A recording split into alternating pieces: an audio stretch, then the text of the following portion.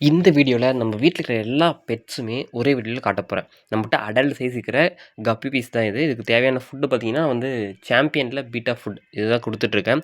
நல்ல கொஞ்சம் குரோத் இருக்கு. நம்ம பேரட் இது நீ கண்டிப்பா குடுத்துறணும். அதுக்கு மக்காச்சோளமும், நம்ம பிஞ்சஸ்க்கு தேவையான திணை, தண்ணி அதெல்லாம் இன்னைக்கு ஃபுல்லா மாத்தி வச்சாச்சு.